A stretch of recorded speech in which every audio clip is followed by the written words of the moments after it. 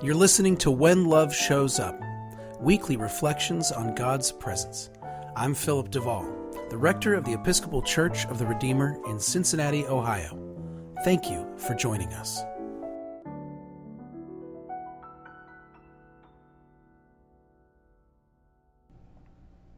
I became an Episcopalian because of a farmer's market.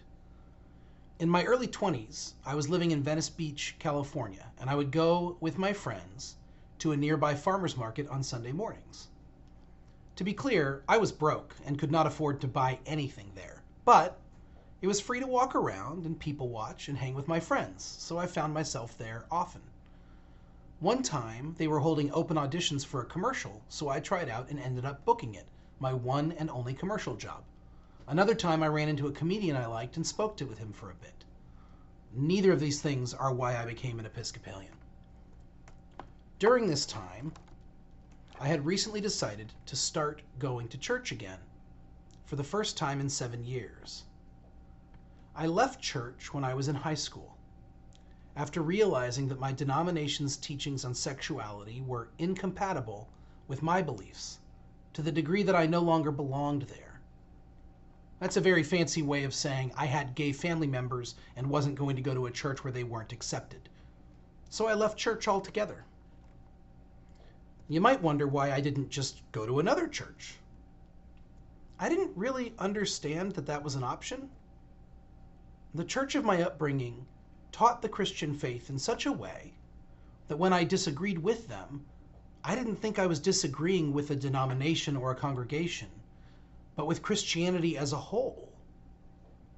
So when that church became incompatible, my assumption was that I wasn't really allowed to be Christian anymore. Not without living a lie. So I abandoned church. But I did not abandon belief. I wrestled with my own understanding of God constantly. Was God really loving? Really good? Really powerful? Really real? Was it all in my head? Is God just the security blanket that keeps me from acknowledging the cold, harsh reality of the uncaring universe?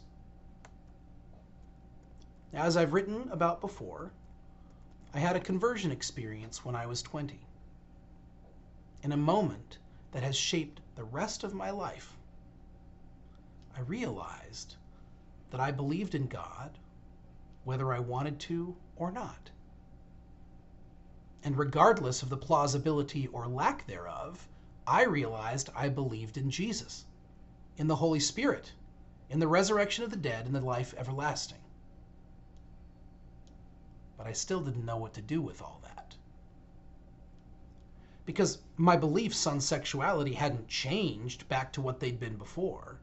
What's more, by this point, I had befriended all sorts of non-Christians, and I just plain didn't believe they were going to go to hell. So here I was, believing in Jesus, but even further from the faith of my childhood than I had been before. And I wasn't sorry about it. I should have felt like a heretic, right? But I didn't. At all. Like, at all. I felt like someone who was figuring out how to be faithful for the first time. So I picked up my Bible again from time to time. I read a couple of Christian books. I was on a subway in Boston reading Mere Christianity by C.S. Lewis.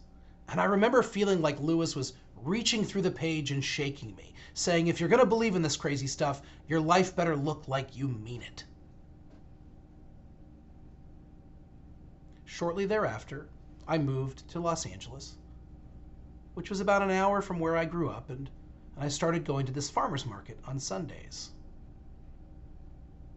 I wanted to be a Christian, but I didn't know how.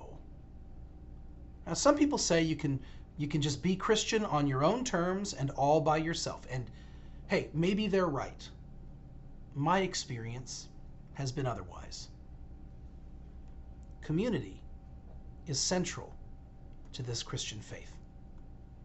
To me, it would be like saying, hey, you can be married on your own terms and all by yourself. It became clear to me that I wasn't going to be able to just believe in Jesus all by myself. I was going to have to try to find a church that I could stand and that could stand me, because I wanted my life to look like I meant it. I decided to give the farmers market a break and go to church. But the idea of finding a new church was overwhelming. So, and I'm not kidding, I just started driving back to my hometown and taking my grandma to our old church. Yeah, the one I had left. The one I didn't know what to do with. I knew the first Sunday that it wasn't my place anymore. But I kept going for a couple months anyway. I still loved the pastor there very much. I still love him now very much. And I loved my grandma. Sometimes I'd come down the night before and do my laundry at her house, and then my clean clothes would smell like her cigarettes for a week. We'd sit in the same pew as when I was growing up. The people who remembered me seemed happy to see me.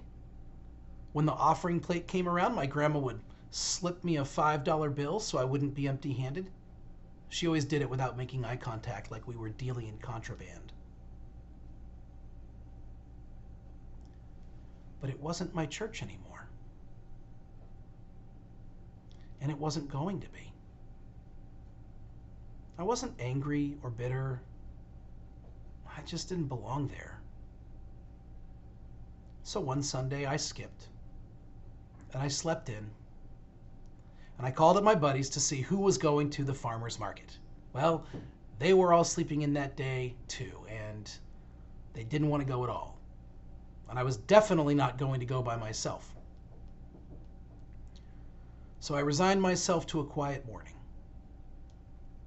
A few minutes later, my roommate peeked his head into my room. Now, he and I were friendly enough, but not really friends. We rarely hung out, and we certainly didn't go places together. But he said, "Hey, I'm thinking of going to the farmer's market. You want to go?" So there I was, back at the farmer's market, not buying anything. My roommate ran into some friends and was talking with them. I didn't feel like meeting anyone, so I wandered over to look at some honey I couldn't afford. But I could only feign interest for so long, and he wasn't moving on. So I went back, and I got introduced to people, and I started up the small talk. Now, you know how sometimes you're making small talk with someone you barely know, and then they offer up more personal information than you expected? Well, that's me. I am the overly personal person. So I said to this woman I barely knew, "Well, I haven't been to the farmer's market in a while because I've been taking my grandma to church, but I skipped today." This, my friends, is not the way to sound cool as a 20-something in Los Angeles. But somehow, miraculously, she replied, "Oh, that's funny. I'm usually at church too, but I skipped today. What church do you go to?" I mumbled something about how it wasn't really my church anymore and I needed to figure that out. And she said she was Episcopalian. I said I'd heard good things about them.